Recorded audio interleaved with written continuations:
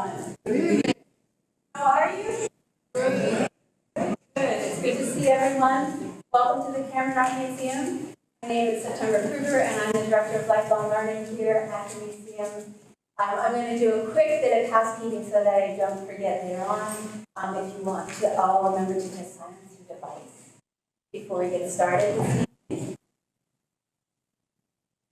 And then I'll just take a moment to welcome the gentleman that we have here with us for a conversation. So we are so delighted to have Juan Logan in conversation with Mike Williams this evening. Juan was born in Nashville, Tennessee, but his roots are in North Carolina, where he's made a home and studio in the Smoky Mountain foothills town of Belmont. Juan began painting, drawing, and sculpting all at the same time in the 60s during his studies at Clark College and Howard University. His work was connected to CAM as far back as the days of St. John's Museum. So in the 90s, we had held an exhibition of his paintings in Effective Sight, and in 97, his sculpture, Not Separate and Apart, was featured in an exhibition of North Carolina artists. His work has been described as mourning and affirming. Juan Logan asks us to consider the costs of insensitivity and ignorance and to confer the gift of our humanity in the wake of brutality. In our exhibition Promise, you can see some of his paintings, but you can also find Juan's work in other collections, including the Whitney Museum, Philadelphia Museum of Art, the Gibbs Museum of Art, Baltimore Museum of Art, the Memphis Brooks Museum, the Zimmerli Museum, Boulder Museum of Contemporary Art, and then most recently, Some Clouds Are Darker became part of Smithsonian's National Museum of African American History and Culture.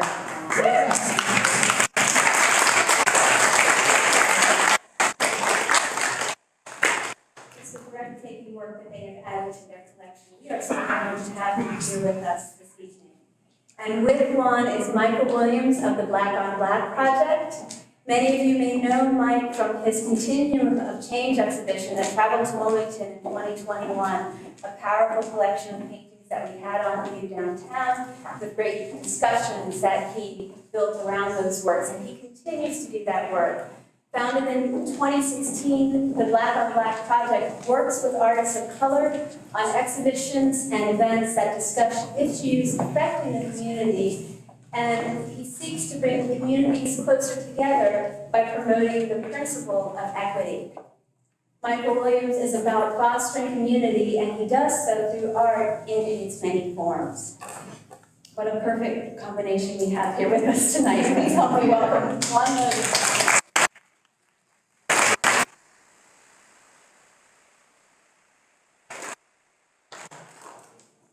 Thank you, September, for that. Who wrote that stuff about us? I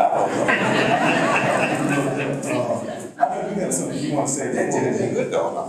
Well, some of the words were really, I don't know about some of them. I just want to say a couple of things. Thank you for inviting me to come down. I've been forward this for a long time now. But I want to make a few comments about Anne Brennan. Part of my career moved forward because of Anne. And the shows that she was scheduled when I was younger.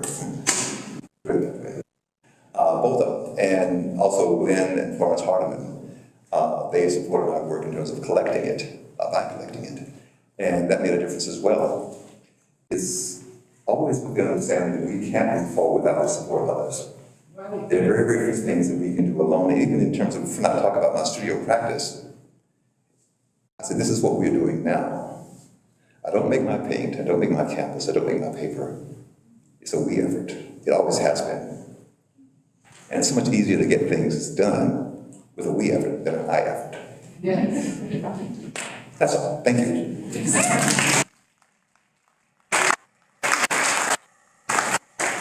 So, you're in for a treat tonight because this is one of the best storytellers you'll ever be in front of.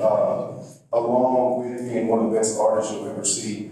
The South is in his soul, his bones, and his artwork. And so I'm excited tonight. So to get us started properly, can we give one more round of applause for Mr. Juan Logan?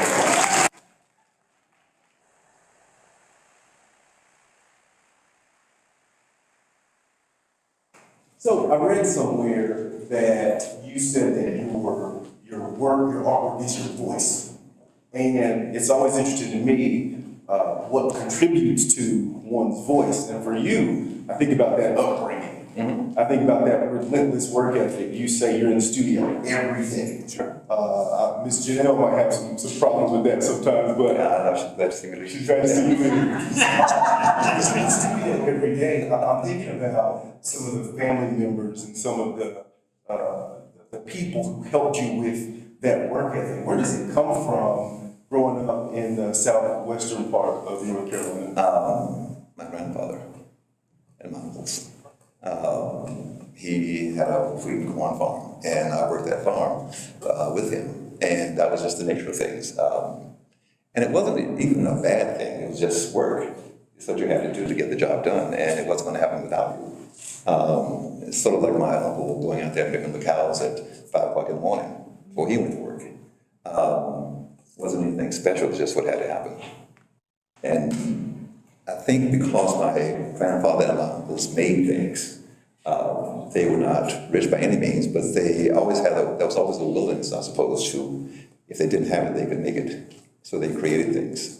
All the carving that was done in the old Mount Pleasant Baptist Church was done by my grandfather, you know, that sort of thing. And I've been asked many times about my practice in terms of the things that I do, and I've been able to do just a little bit of everything over the years, from working in stone to bronze to steel, all manner of painting, of course, and from making and a little videography and just a little bit of everything. But out of necessity, in terms of why I learned that, it was about trying to develop a different skill set, I suppose. So when I think about this piece that's behind us on the screen, please say this, number one. May I interrupt for this one second? Yeah. Is it possible to get this just a little bit darker up here so that we can see it just a little bit better? Because we're losing all the detail of that because of the reflection of the light.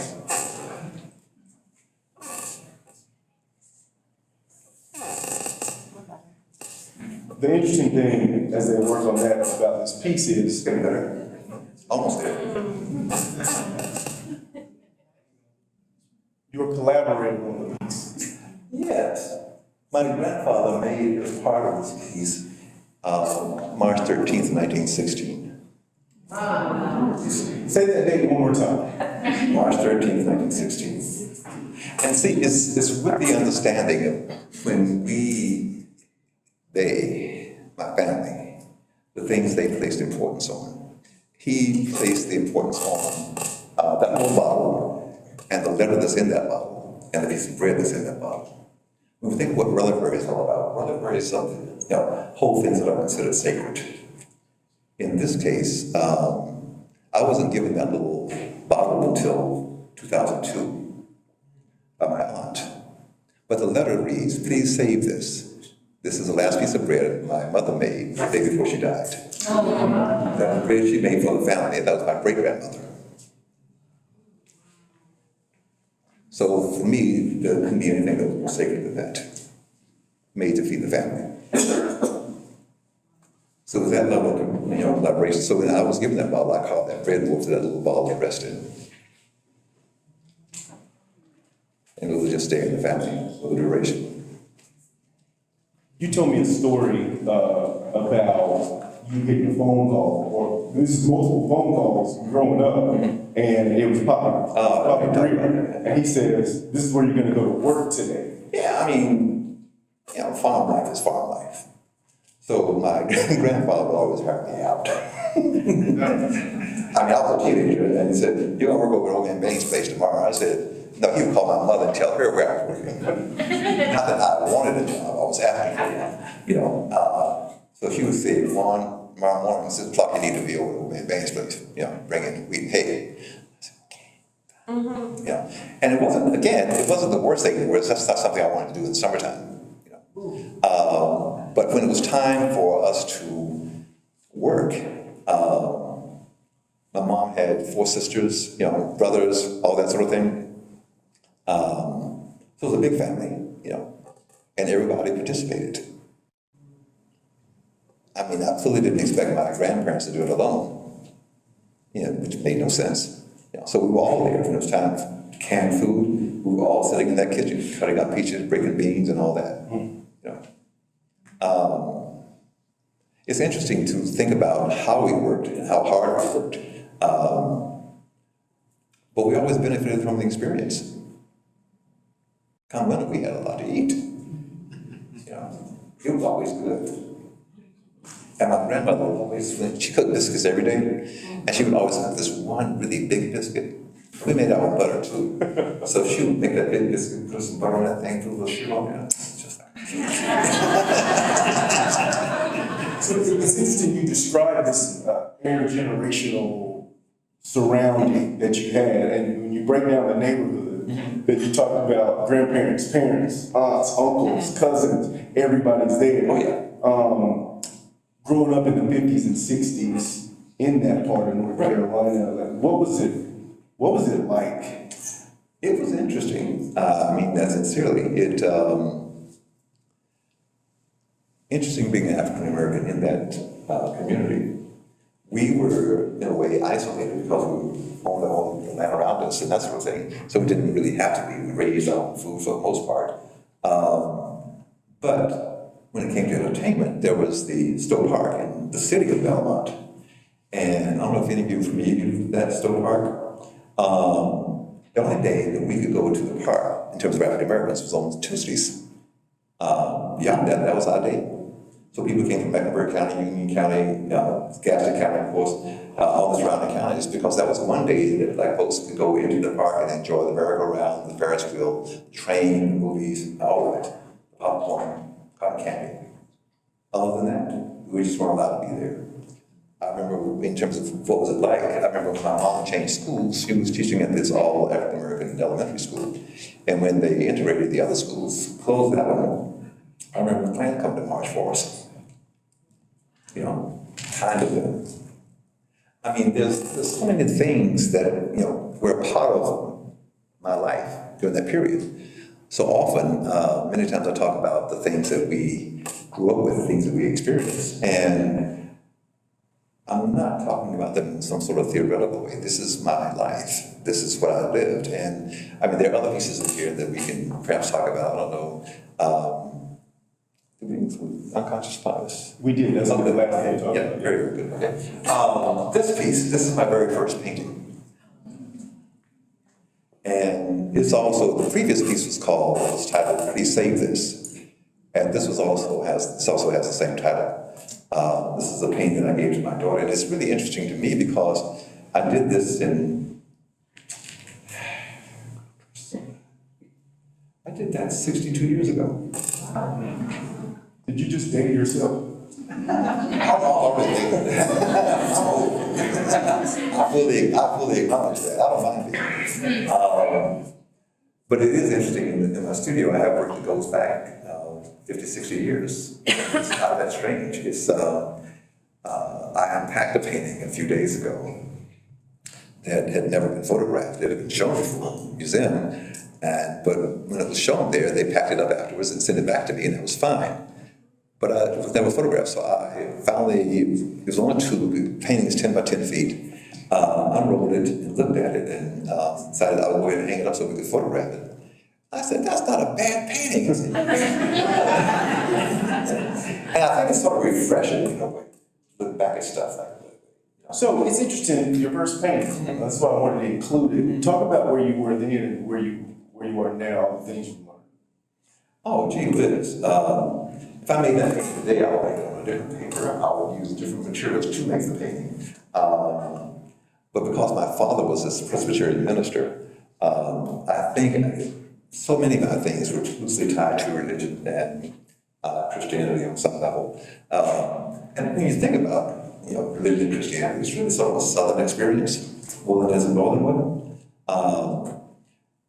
And it's in much the same way that when we think about the work that we produce, we think about abstraction perhaps being more Northern than Southern on most days. And that's simply how it came to be. I mean, when we look at the first and second generation of abstract expressions, it's certainly not talking about the South. With all our Washoe and Robert Mother Wells and so on and so forth, and Franz Kleins. It's just not who we have been. Let's put it that way. Not that we didn't produce abstract work, we have, and we've always done it.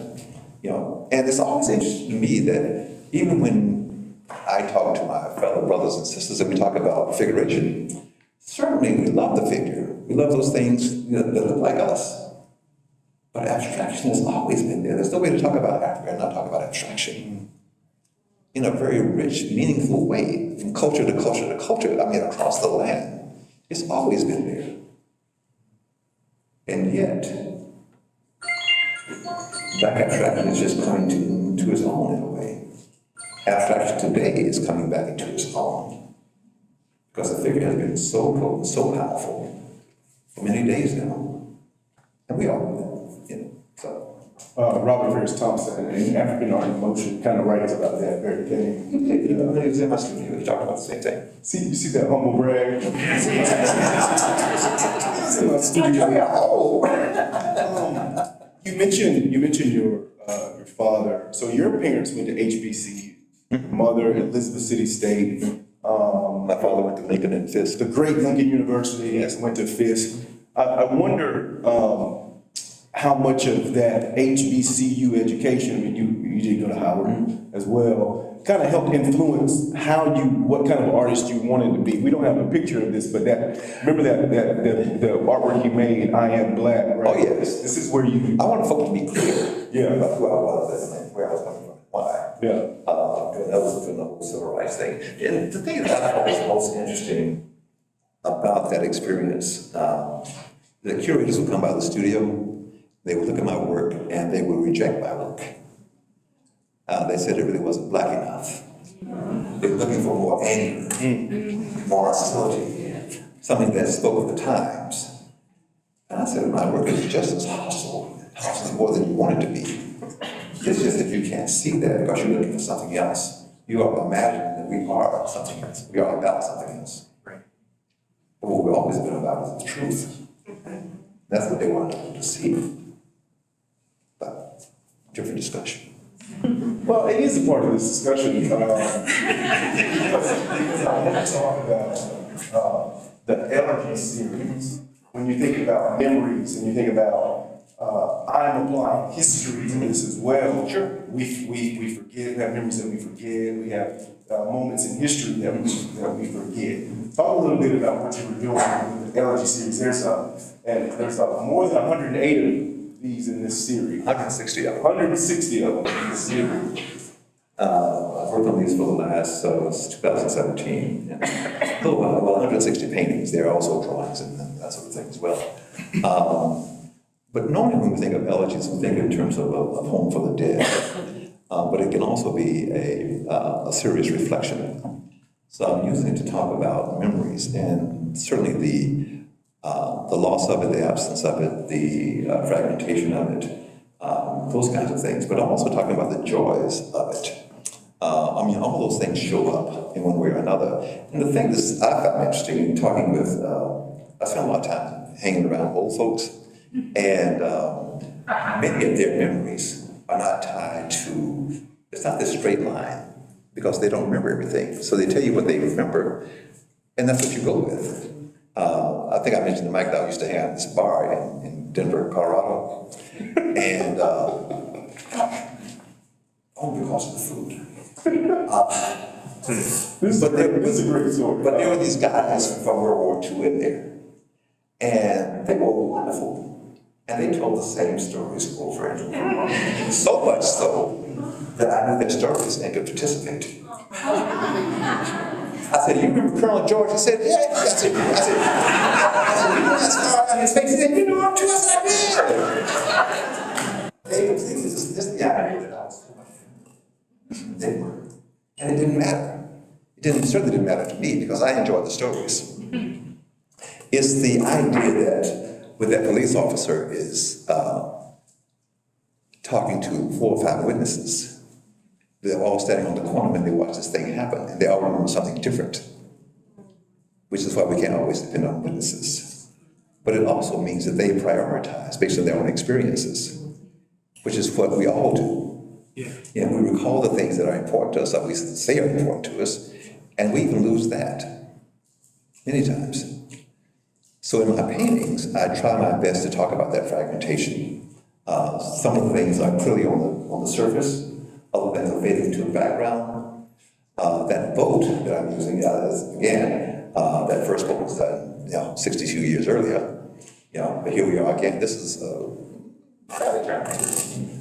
2017, 18, something along there. But the thing about it is that they often talk about connectivity and how we're connected to each other, that we're not functioning in isolation. It is our ability or inability to connect with others only because we make choices not to, not because we can't. Many things get pulled into my work that I'm trying to, and I have to say this first, I suppose, that I'm not trying to answer any questions about my work. My option, my best thing for me is to ask better questions. That's the only thing that would leave my investigation. Generally speaking, that's the only thing that would leave yours, is to ask better questions. You have to seek your own answers. I certainly can't give them to you. I can give you, I don't even want to give you what my answer was for that, for whatever it was. I can pose the question for you, and hopefully you'll seek your own answers. I think that's really the best bet.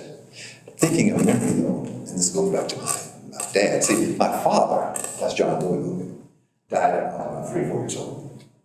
Guy Conley was my dad, wonderful man, raised me, But he and my father were best friends as children. So he can tell me things about my father that my father would have been able to share with me. But he was a wonderful man.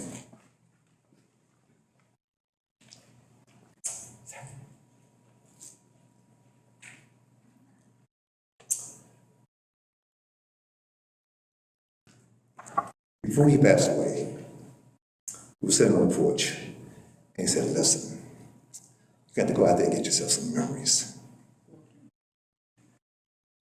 That's what I did. And hopefully, when you're my age, you can sit back and smile the way I'm smiling because I had a good life. He said, but you really, really have to keep in mind that the best ones are the ones that are shared. Because it's hard to come home by yourself, and I said, didn't I have a good time? And that's the truth. I always felt that my dad was a wonderful, smart man.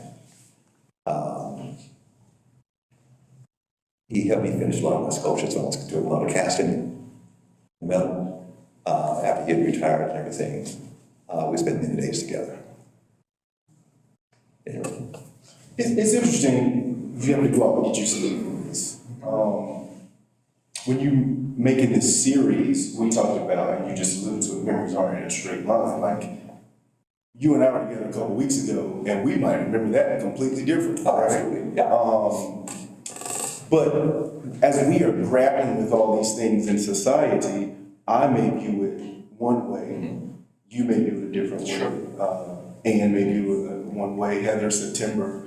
The work that you do helps bring all those pieces together, is what I think. Sure. But you're not trying to give us the answer. You're not trying to give me the answer. So talk about how we need to ask better questions. How do you go about asking better questions if you're coming from a knowledge base that isn't complete? I'm thinking about Randall Robinson in the Book of the Dead. We talked about that, how he calls us history's amnesiacs because we don't know all the things. We don't know what we don't know. We don't know what we don't know.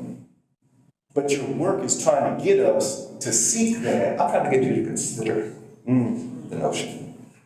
It's, I can present enough questions, put them in front of you visually, so you can see what's taking place. Because many times we often say, I really didn't know that was going on. When did that happen? When did that start?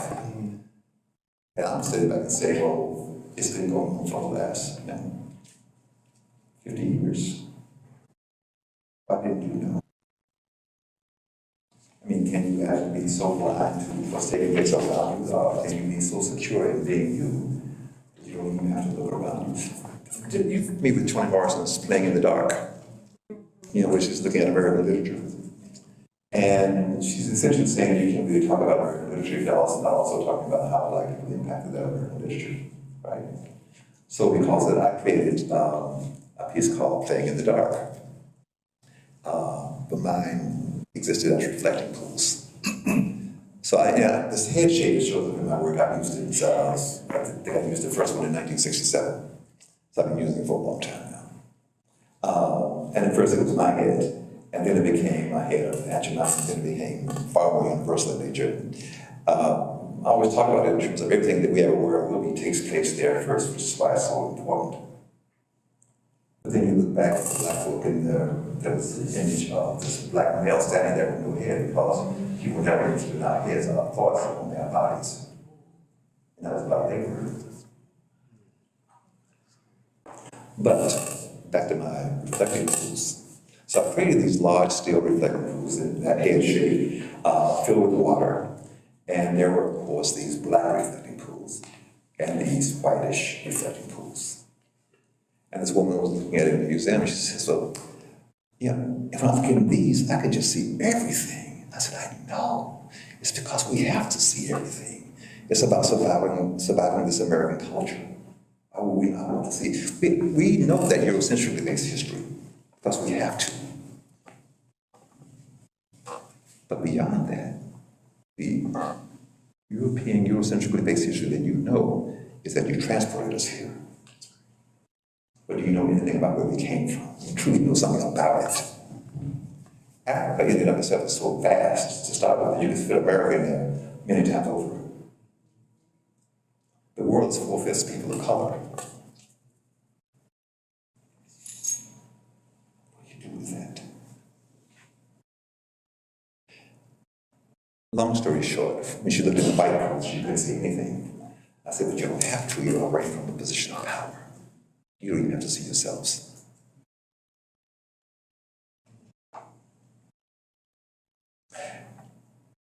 The thing that I consider most when I'm making work, I will say this on this to break this moment up just a little bit. I was preparing for electoral evening, and my daughter said, Dad, you really need to lighten up. But I ask questions that I believe are serious questions. That's a reason for me to play with them, because when you think about it long term, people's lives are on the line.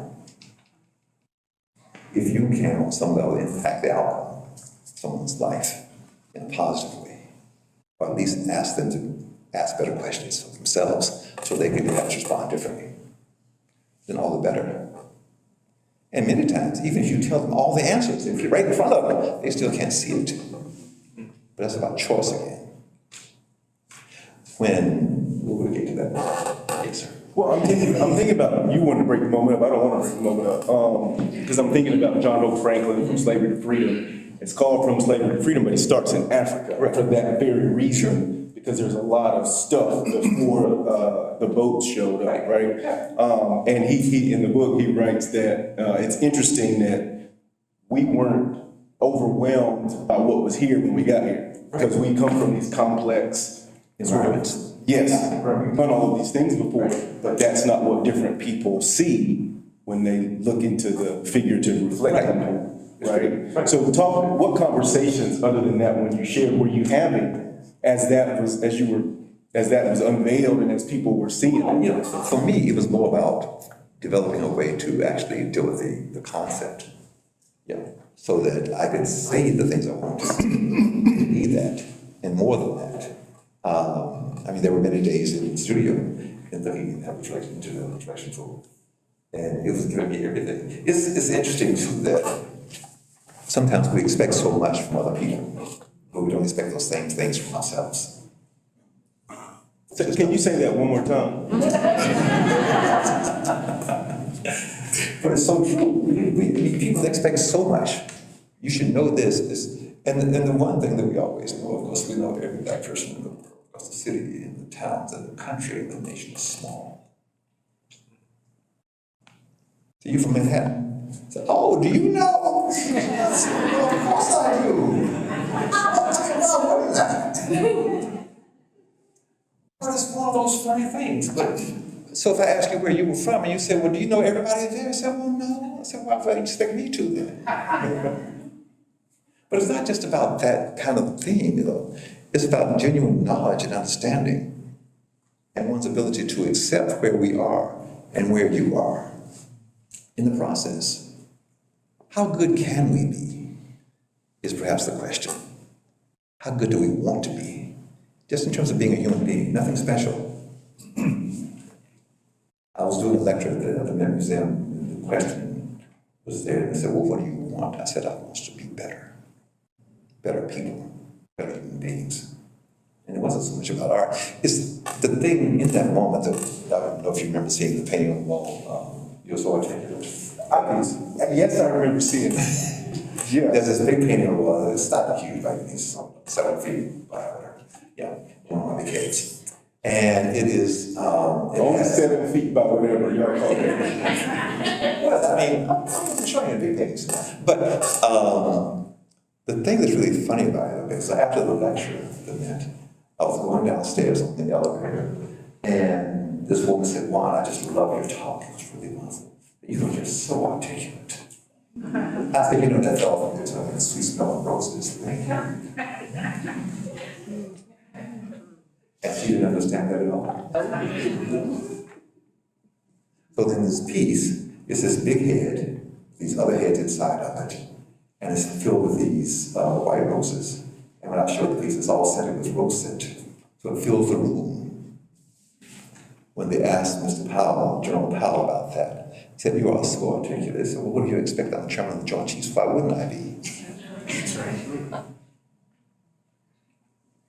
So it's always about expectations. By show of hands, who has experienced that in this room? Now, when we know who we are, where we come from, and this is how you responded to that, it's not a big deal. Yeah, I speak well because I'm supposed to. This is what I do, this is where I come from. And whatever that definition of speaking well is that they are foisting upon us probably doesn't even apply, because we can sit up here and have a conversation that only certain of us in this room will understand. And it's very, very eloquent, right? It's very interesting. And I'm thinking about the month of March. Dred Scott, 1857, happened in the month of March. Pauli Murray, 1940, arrested in Virginia. Claudette Colvin in March 1955. Bloody Sunday, of course, 1965. We might remember these things, and these things might be on the top of our mind, but maybe not everybody else. This is to your point about the reflecting pools. And so the artwork is a point of departure to get us to those things. It's asking what's shaping us. These are the things that have shaped us and why. You know, and our desire is to see as much as we possibly can because we have to. It's not a choice so much that we're making. It's a have to kind of situation. Yeah. It's about survival. It really is. To your point, yes. So your whole life to me screams self-determinism in a way, Black self-determinism. And I think about Papa Greer, I think about those aunts and those uncles, I think about all these things that you went through. When you encounter younger African American folk, I mean, how are you able to interact and share with them? We're talking about this, specifically this younger group of artists who maybe are making things that they didn't experience, as opposed to making the things that they experienced. You're still wrong. Here's the thing. Many of you have seen, I will comment on that at least. Many of you have seen that ship with all those bodies that are tied down to the floors and so on and so forth, right? Now, when you see that, what comes to your mind? Are you thinking about this work being produced by an African American or someone else? Well, generally, you know, these days you might think that it's being produced by an African American because it has been produced by African Americans for a long time now. And I always raise the question, it's a silly question, I suppose. I said, but you know, we were tied down. We didn't have pencils and pens at the time. So we didn't make that image that you're replicating. You're copying some other artist's work. Why would you want to do that? He said, well, because it's the only image that we had to copy. I said, but you don't have to talk about enslaved people that way, because if you want to deal with it, people are still enslaved today. Talk about it today. Live in today. Talk about something you know of today. That's not your era. I love history. I'm going to show you some in just a little bit. You know, but I love history. I love using history to advance us to this point, to say, what are we doing with that to move this needle forward? Can we do that? And certainly we can, but we have to want to. Because it's too easy not to do that.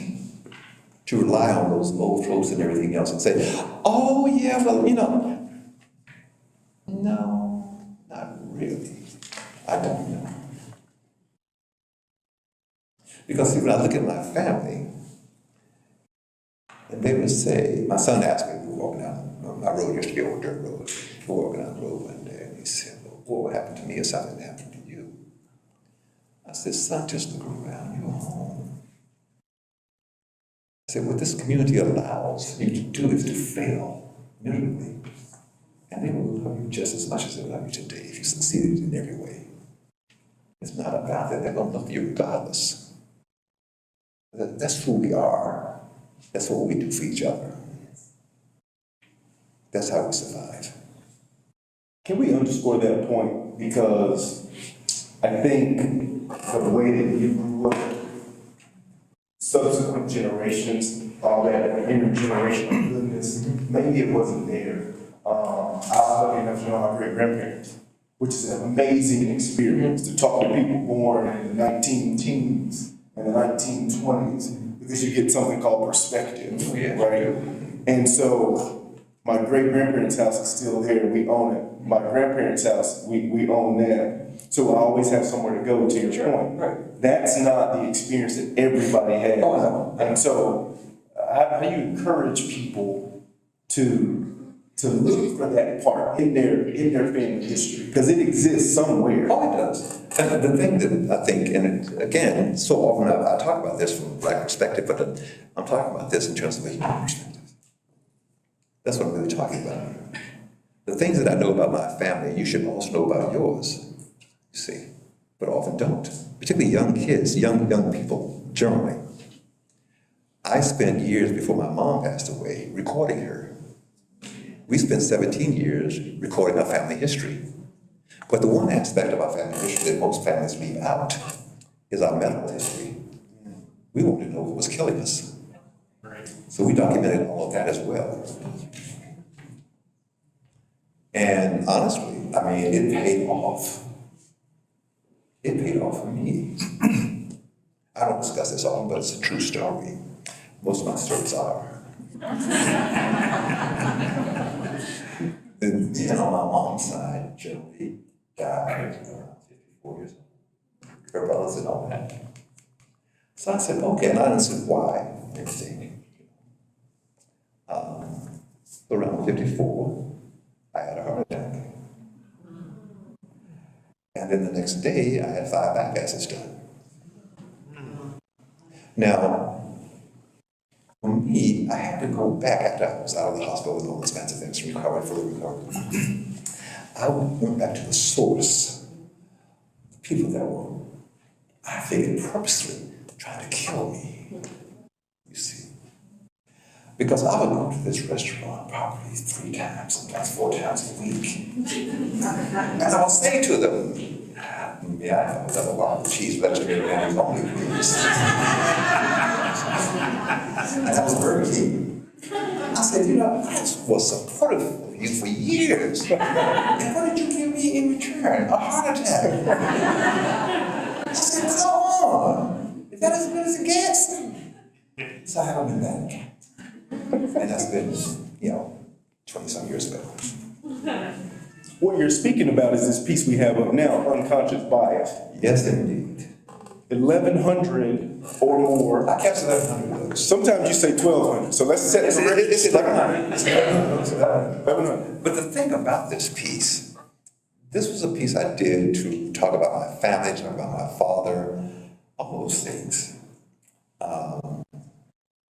When my father was having a heart attack, we called the doctor, and the doctor said, I'd love to come see you, but I just got tickets to this local baseball game. And it's the last game of the season, I don't want to miss it. So he didn't come. So my father died a couple hours later. My aunt Estelle went to see a doctor in town where we live now. And he gave her medicine and sent her home. And she was dead about 3 hours later. My cousin Junior, see, we all have a cousin Junior, believe me. Junior was my favorite cousin, you know.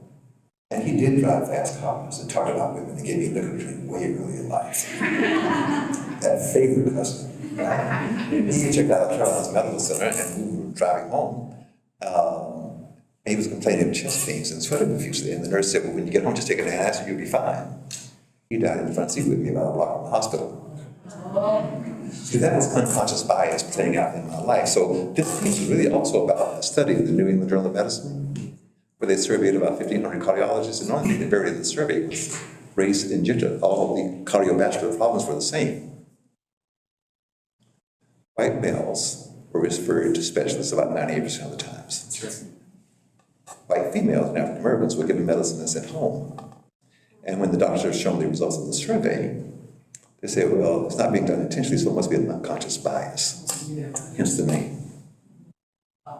So my argument, you see, was that since you couldn't treat me, my mom, my sisters, and those like me fairly, perhaps you could treat Aunt Jemima fairly. Because she was a stereotype that was created by you, for you, and never represented anything that had anything to do with me. Did everybody get that? Yeah. Everybody understand that these tropes that are created that some people understand immediately, but when you got a family member who's complaining of chest pains and the doctor doesn't want to come, when you got a family member who is sweating profusely, and they say, just go home and take some. My fellow NCCU Eagles in the bad corner, there's a lot of us in here tonight, matter of fact. I just want to shout y'all out, but we were having a conversation about sitting at this hospital in Raleigh. That was the place where we could go and get treated, right? And there's lots of those across this state, but in this instance, you have 3 family members that this unconscious bias Impacted. Right. And the thing about it, it almost impacted me when I had my heart attack. So when they went to the hospital at UNC in Chapel Hill, and it wasn't until they determined that I was a postdoctoral fellow at UNC that they decided my treatment options would be better. So we had to wait a day for the surgeon to come into town so they could do the bypass surgery, you know, and all that. And so it was funny. It was a funny moment for me, not that long later, when, because you always have to write a report about your fellowship and 2 years afterwards, right? And they asked one of the questions, so how did this benefit you? What did you get out of it? I said, I got a bypass, baby. Good. Again, being very realistic about life. You know, I joke about these things, but it's all very serious because there are so many others that would not have any of those options. And that's the truth of the matter. You see, it's when we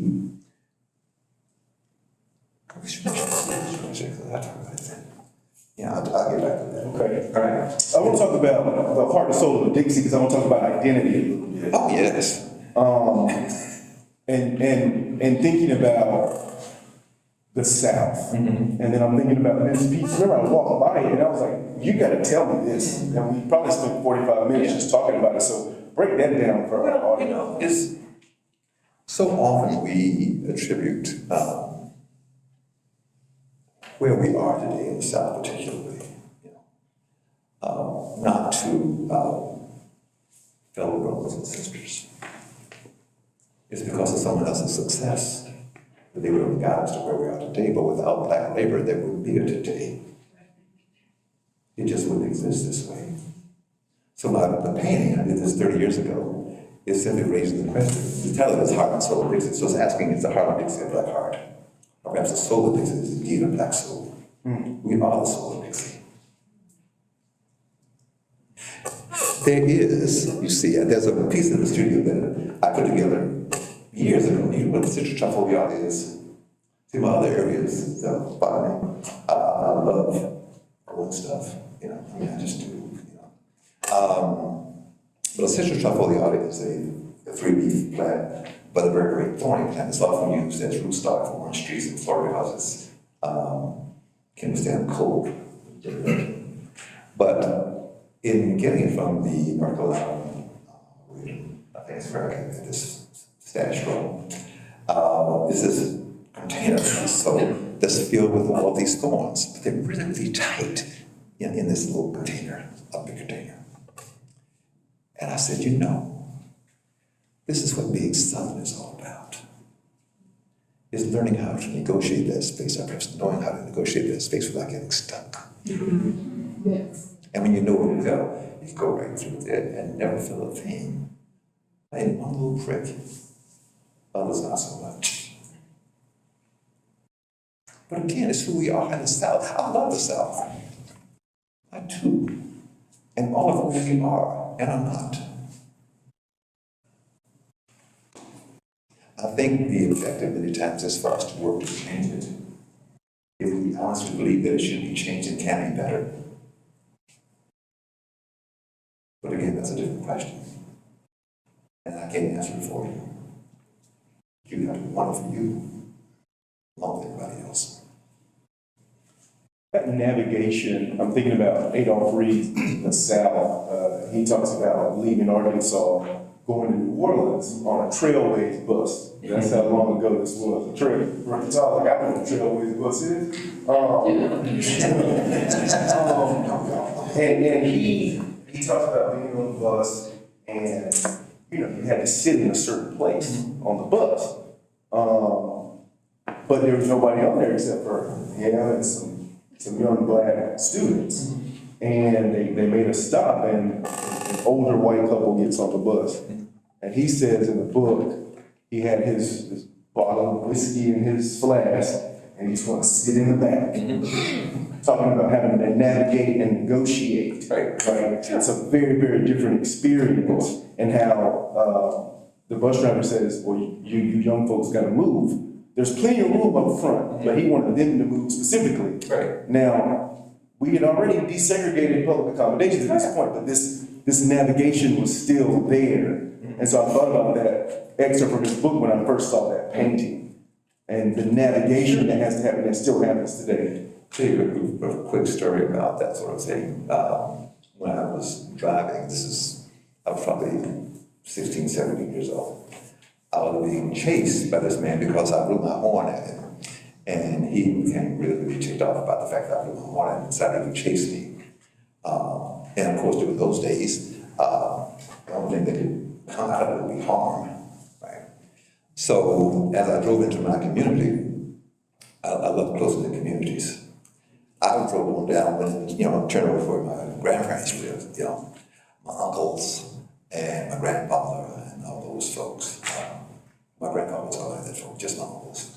Came out with their shotguns. Because he had to go on down past, but he had to come back out, so I moved out here. It was a one-way road.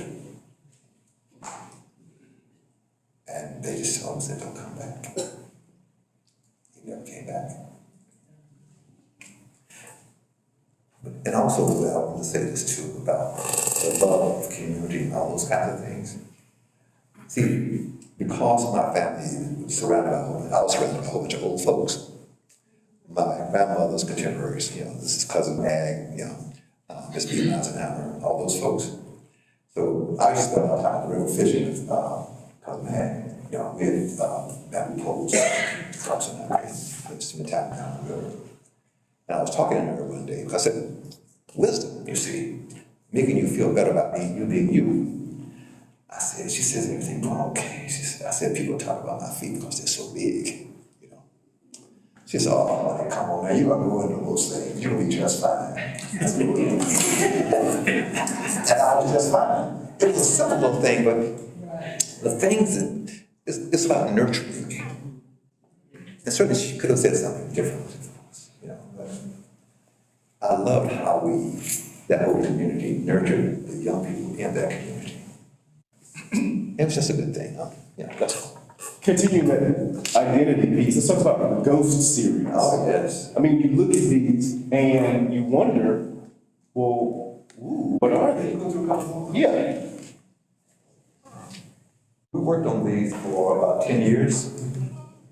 They're all etchings. And there's only one ghost referencing all of these etchings of them. And so that's always felt sort of anthropomorphic in a way, almost like a pelvis, that sort of thing.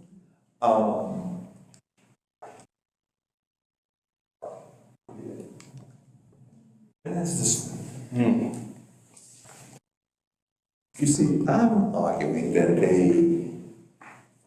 that ghost doesn't exist. It exists, it's alive and well, let's put it that way. On the daily, each and every day. You see, I collect lots of things. I have over the years, lots and lots of things. So I collected all these things. That's a net collar, all the other lights and shadows, of course. I never show those things, but only show these because this is again using history to talk about where we are. I'm arguing that we're still shallow today in many ways, economically, educationally, medically. There's a long list.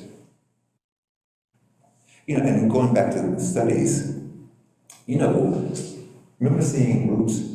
Remember Toby getting his foot cut off and all that sort of thing? Yeah. I always thought that was really, really interesting because it's so today. It is. We leave the nation in operations, certain operations. Testicle removal, amputations, testicular cancer, and diabetes. Well, those are very, very treatable. It's just that it's not getting treatment. So we start producing, or reproducing. And then there we are, like a mitoid. Toby used to run away, for those who didn't know, and so they cut off this, prophet. It's always, so with these things, this is, when I talk about the past, I'm not trying to relive the past. I'm talking about where we are today. And I think many of us often, when we see things that take us back in history, say, well, that's not who we are. Yes, it is. This is who we are today. I'm not talking about yesterday. I don't have to do that. When we look at COVID was primarily a black and brown killer. It just was. When we look at AstraZeneca, was AstraZeneca? No, it was Pfizer offering the 5-day treatment I think you can get. If you could get to a pharmacy or whatever to get it. It's just that we have pharmacy deserts in our communities. So we can't get there. So again, we're not impacted by that in a positive way. It's there, it's out there, yeah, sure. But it doesn't impact us the way it should. So. What's interesting to me is the time in which, the eras in which you have been able to live in and be conscious about what's around you, you can talk about then and make the through line to now very, very clearly. And the work just oozes out of the work. It just speaks to that. When you think about the past versus now, how does it make you feel? Because you grew up in the 50s and 60s, and now we're in this is 2023, and it's the same thing. Like, what does that do Over and over and over again? And again, I was doing a lecture at a church some years ago, and at the end of it, Q&A and everything, and the guy said, well, I really think you are singing the same old song. I said, if you believe that to be true, it looks like you'd be singing a different tune. You would think so. I shouldn't have to convince you what right looks like. I shouldn't have to tell you what right looks like. I shouldn't have to convince you to respond to that and do it correctly because you know it to be true and righteous. So if I'm spending my time telling you what you should be doing, that's a problem in and of itself. That requires self-reflection. I can't answer any of those questions. One of my favorite works series, The Draft. So many parts to this. Oh, yeah. Talk about, because we see the head again, but we also see other imagery. Oh, yes. The cavalier tag, you know, the basketball rim. And what you probably can't see in this one, in the middle of that, up toward the top of it, there's a number. And it says 12 or 15, you know, sometimes 11. You see, it's what happens with our youth. We tag them early because they can jump high, they can run fast, and they can shoot that basketball. See that hoop there? It casts that shadow. It becomes a halo because they become our saviors. You see? And they will save the family, the school, the coach. They won't save themselves because they can constantly be sold in honor. I remember this kid playing football with my son, and he injured his Achilles tendon. And he came off the field, and the coach said, listen, you got to get back in there, we got to win this game. So to this day, that foot is caught up in the air because the coach never got to the doctor, ever. He's just there to be used. And if you can't play him, you play somebody else. It's just how it works. What do we do to avoid being used? Because, I mean, we know that that's what happens, but we still allow it. I've watched it since 2020 with the arts community, right? Like, to avoid, where is our agency? This is the thing about you I've said for a long time, there's this agency. Maybe it's because of that intergenerational upbringing. Maybe it's because you like to say, sit around with old folk, right? It's one of my favorite things to do, sit around with old folk. But how do we get folks to understand, and you did like this, right? That's what it's about. Is this worth it? Rarely is it, because they don't even retain that. It's sort of like the lottery winner who had his broke, you know, a year after, 2 years after. It's the professional athlete, who's made millions and millions of dollars, who doesn't have any of it anymore. Because what we taught him was how to play the game, but not the monetary game. Never taught that part. We rarely do. And they have agents who also become wealthy off of those players. And certainly the owners of those games, of the players, they get exceedingly wealthy. And again, we'll play it until we can't. And when we can't, we'll trade him. And we'll get somebody else to take his place. That's money. I think more times than not, it's about a level of access. It really is. If we could access educationally, so that we would think differently about our lives, we could move forward, we could have different goals and objectives, we wouldn't have to worry that. That wouldn't be the only thing that we are aspiring to do or be. But more times than not, options for many, many kids are very, very limited. What else can they do to make that much money that quickly? Other than selling drugs. You know?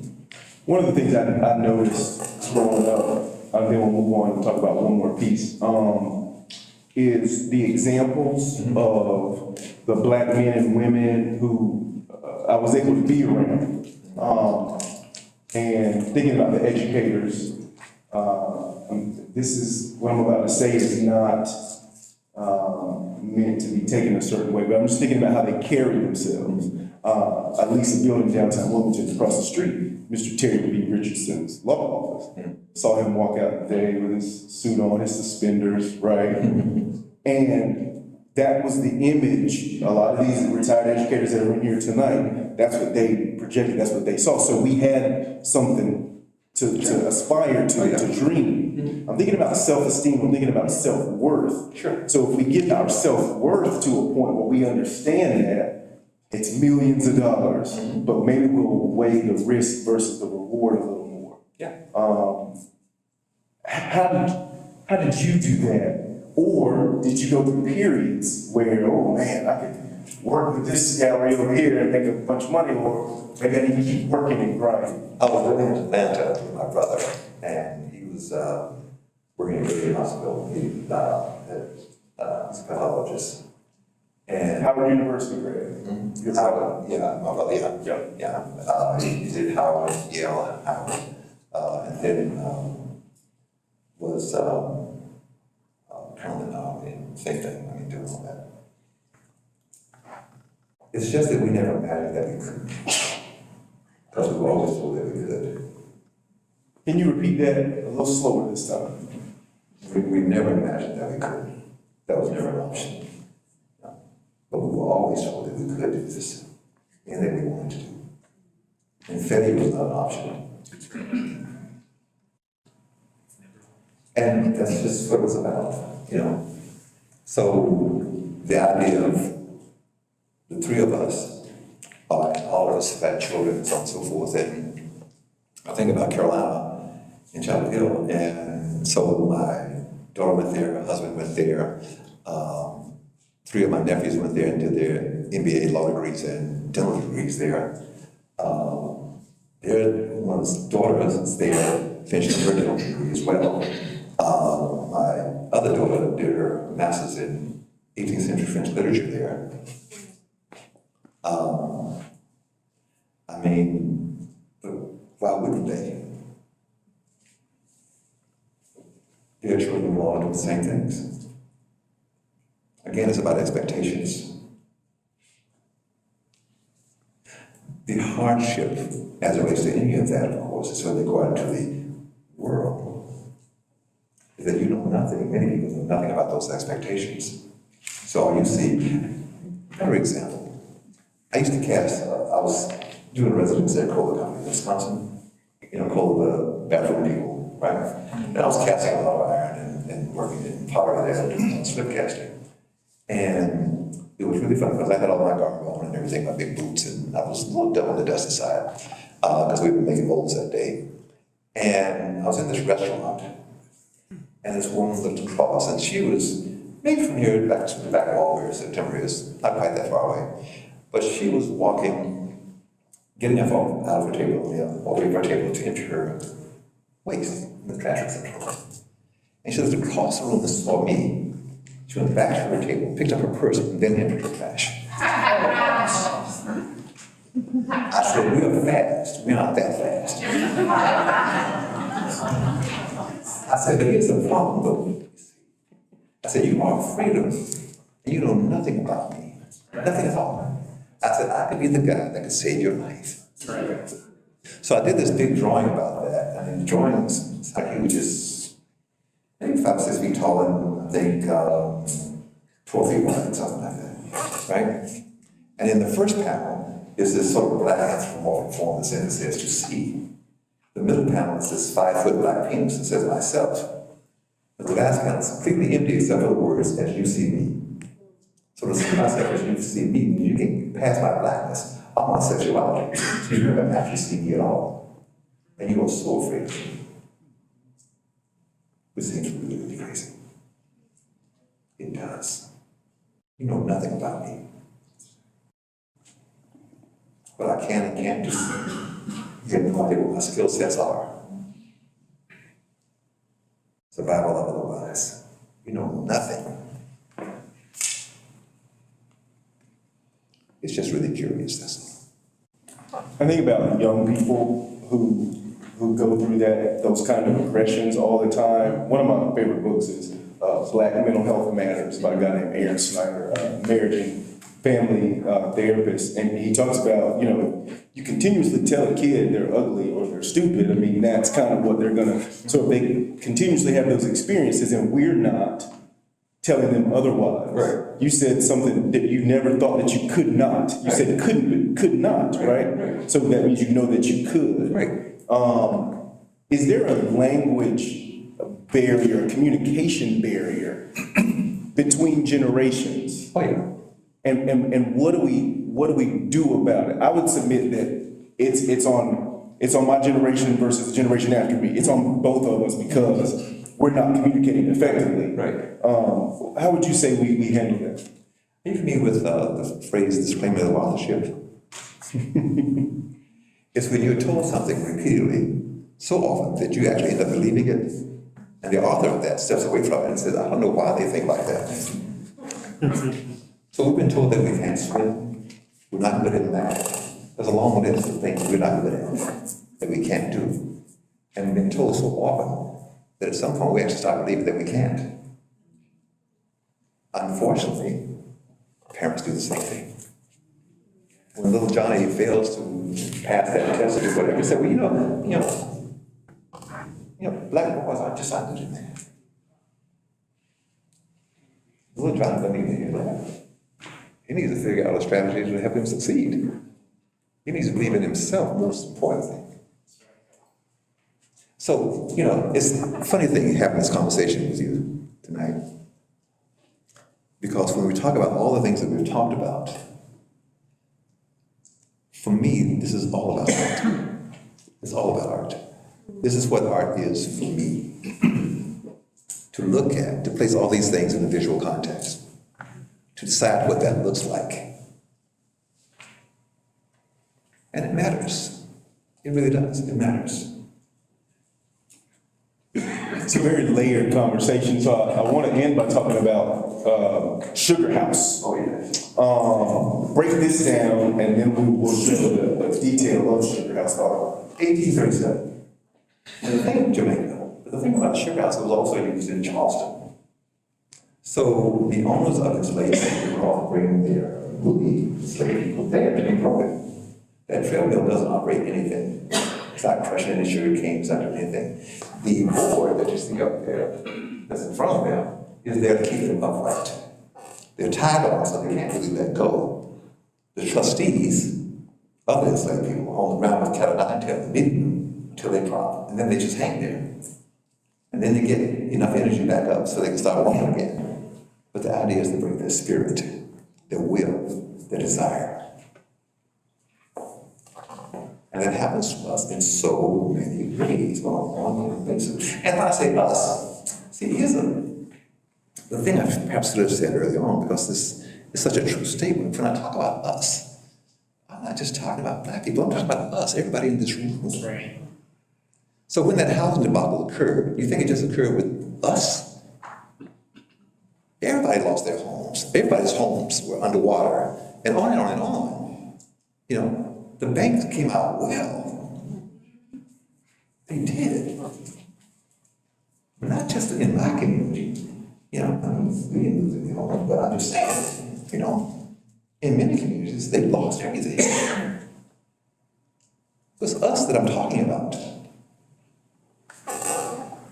This is Sugar House, my Sugar House. So it's hard to see because the lights are. That's okay. Can you turn the lights down just a little bit more? That's better. Okay, fine. Thank you. Clap that whole bunch.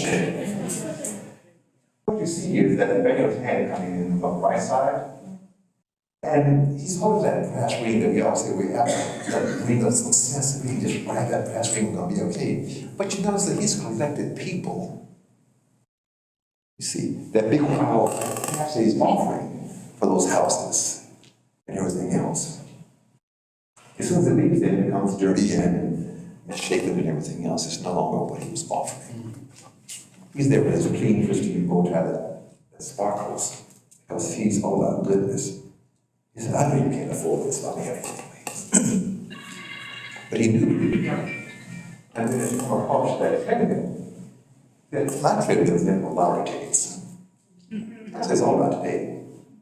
See, those who can at least afford to get lottery played most. And in Delaware and Texas, there was I think it was $100,000 scratch off. It cost $50 a player. People were giving up their rent money, their food money to play that. What the states didn't say is that the grand prize had already been won. They couldn't win. In the end, they ended up changing the laws, of course. So they had to notify people. And then over on the left-hand side, the slave illustrator that's in that piece, again, talks about who we are, you see. Wow. And again, we we're talking about numbers here. It's a curious thing. I was doing residency at Texas Tech University, and the mayor of the city, a few years back, said she wanted to stop all AIDS testing at the time. Because if the people would stop doing what they do, they get AIDS in the first place, they would need to be tested. That's what she said.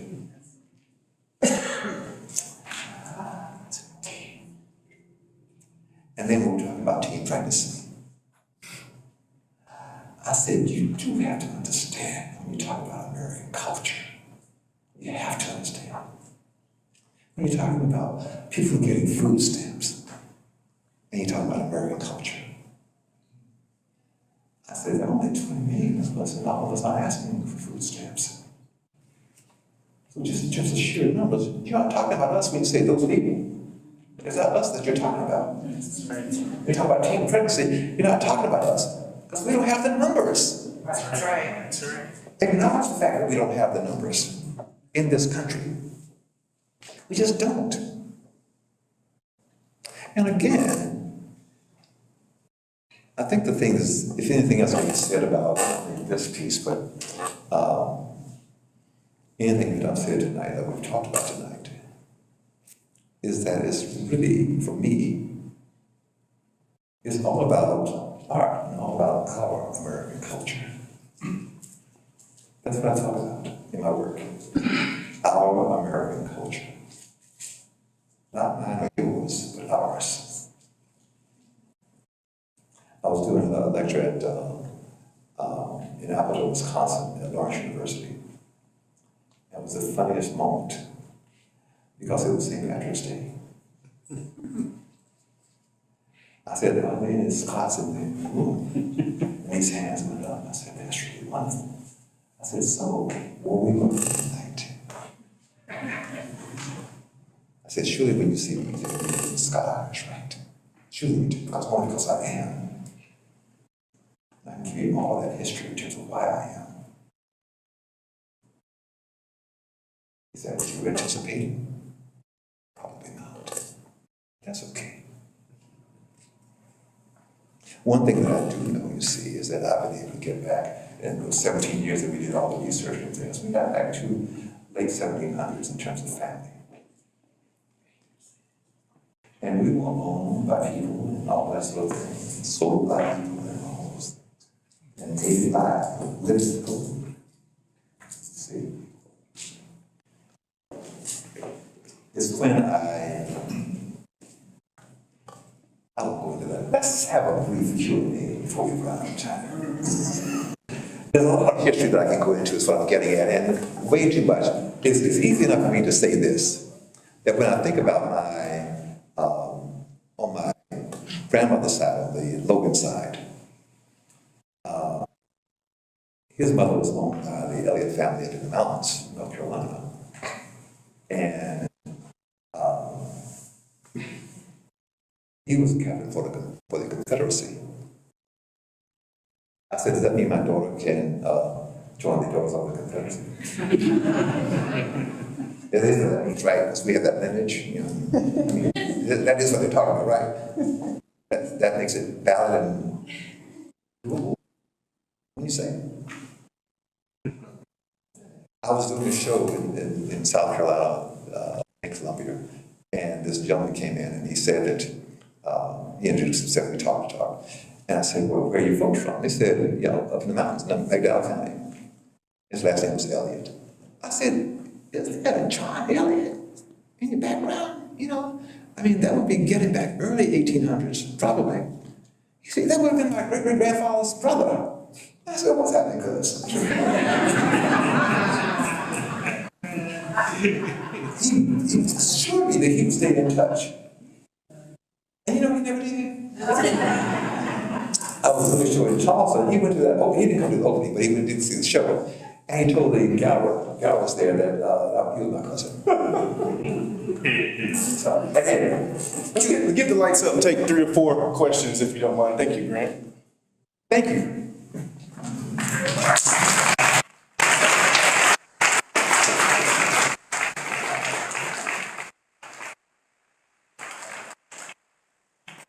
I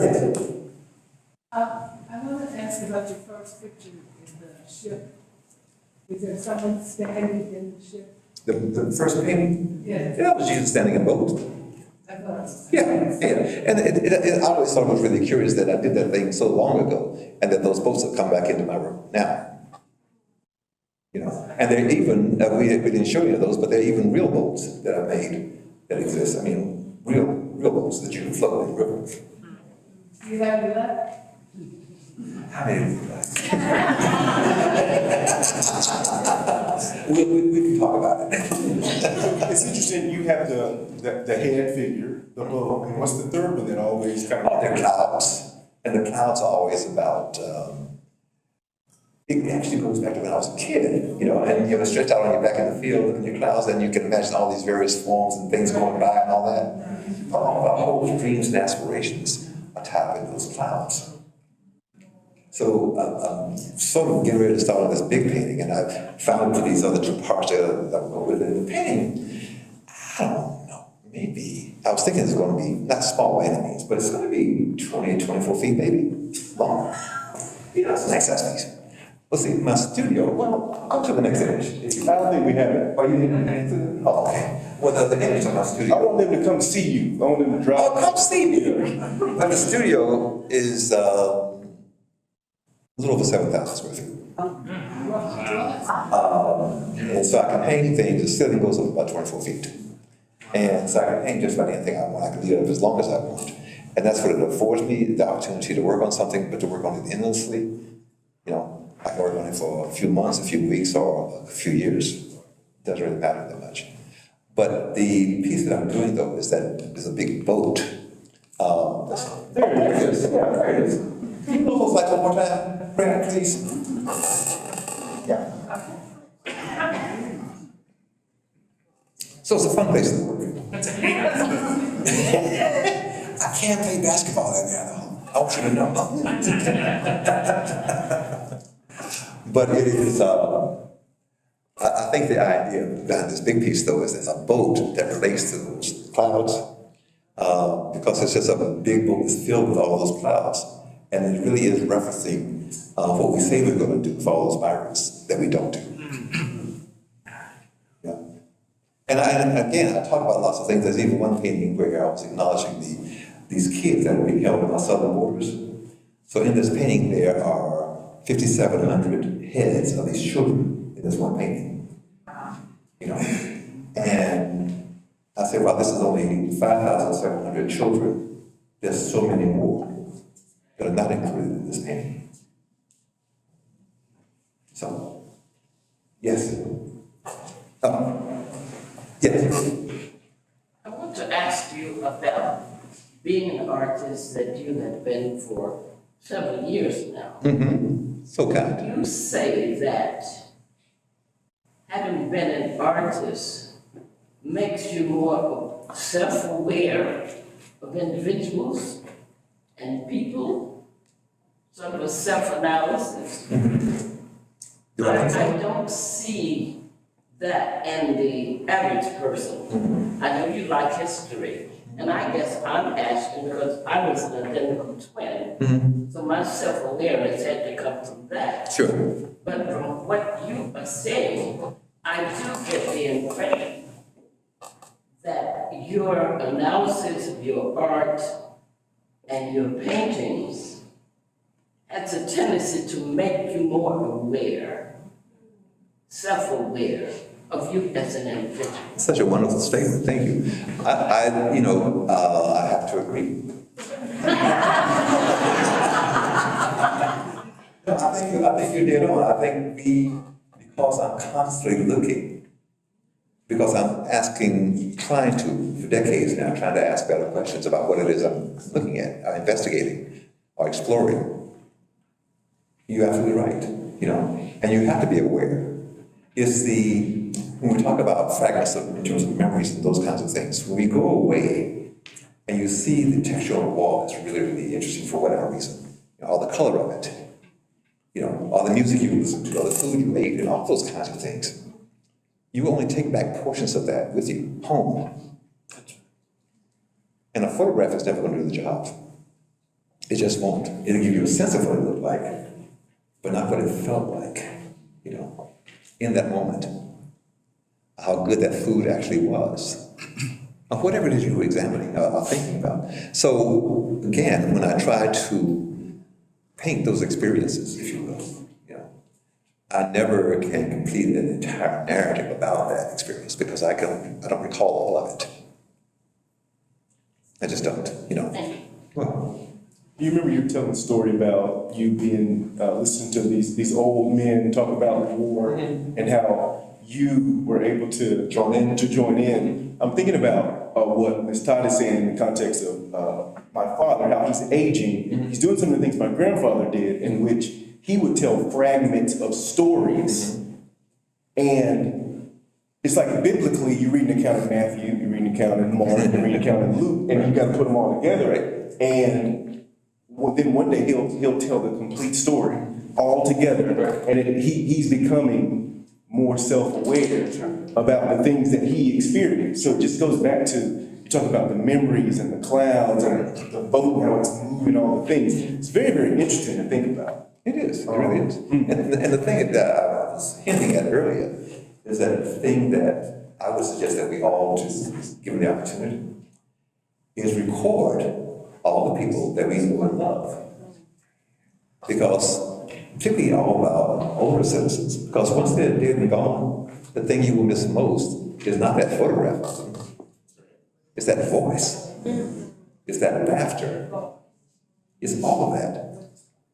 My mom and I would sit down, and she was early 90s at this point, and we'd sit there, and she said, how many lies are we going to tell tonight?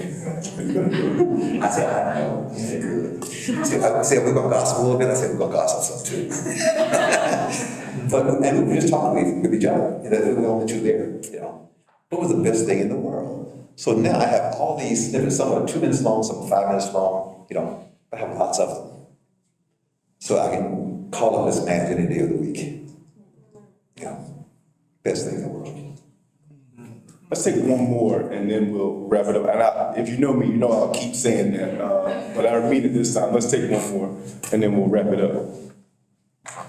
All these people are listening. That means we have been successful. Yes, ma'am. With your work and your artistry, how do you feel like your conversations and having gatherings like this impact the community? So there are individuals who would normally come here, like, you know, they are Cameron members and things, and then there are people who are invited here from segues, from what they do in the community. You know, somebody knows someone's like, hey, you would benefit, you should be here. So how do you envision your work and what impact it will have on the community and like the greater community? I think so much depends on what they bring to the table, really and truly, because I can share lots of ideas. I can share perhaps new ways of seeing. I can't make you see. It's really going to be tied to your experiences and what you're bringing to the table. So I can perhaps provide you with access, enough keys, enough clues, enough hints at what's going on in the piece for you to find value in that and to take it beyond that. But perhaps you will ask questions too. I don't know what you don't know. So if you want to know something, just ask me. You know. And for those who want to follow, it's just juanlogan.com. I'm sorry, let's back it up. Juan.Logan on Instagram. Because there are lots of images, and 400 or 500 of them. But you can look at enough of my history, if you will. I know on my website I posted about 100 of the images of the paintings that I'm working on now. And I said, well, I didn't want to include everything. You know, that's a lot, you know. But I think we try to communicate with the community. Now, this sounds really, maybe rude, I suppose, but it's not really. But you have to understand that when I'm in my studio working, I'm not working for the community. I'm just working for me. So the questions I'm asking are not for the community as much as they are for me, because I want a better answer for me. I want to understand more for me. And when I talk to my kids, my grandkids, and so on and so forth, I want to be able to answer their questions, something meaningful, of value, so they can use that and grow from that. Can we do a quick follow-up to that? I told you if I say we'll wrap, I'll keep going. But artists today, though, when they come see you, right, and you relay that, do you think that they have pressure, though, to make for the community as opposed to continuing to interrogate the information for themselves? They think they do. They believe that they are doing this for the community and so on and so forth. But for all the artists that are in the room, for all those artists who are not artists, one thing I do want you to take away, this is the last thing I'm saying in the promise. Right? It is the last thing. Heather said we can keep going, so. But this is really, really important. I've been making art for 60 years now. Right? 62. 62 years. Yeah. Almost 63 years. I collect a lot of art. Way too much. That's all I force that program for. But the thing that I want you to take away is that no matter how good all of that is for me, and it is wonderful, it really is, it's never, ever going to take the place of a hug or a kiss for someone that I love, that loves me. Not ever. That's the best thing in the world. And like I said, I love what I do. I really do. But when my youngest grandson runs up to me in the middle of the store sometimes, said, "Daddy!" That's because me.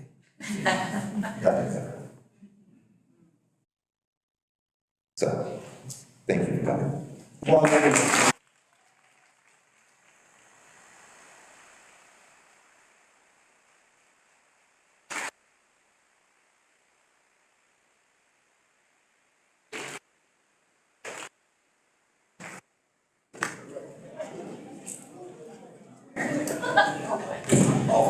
One last thing, the website, if you want to go there, the last thing is just, the website is juanlogan@gmail.com.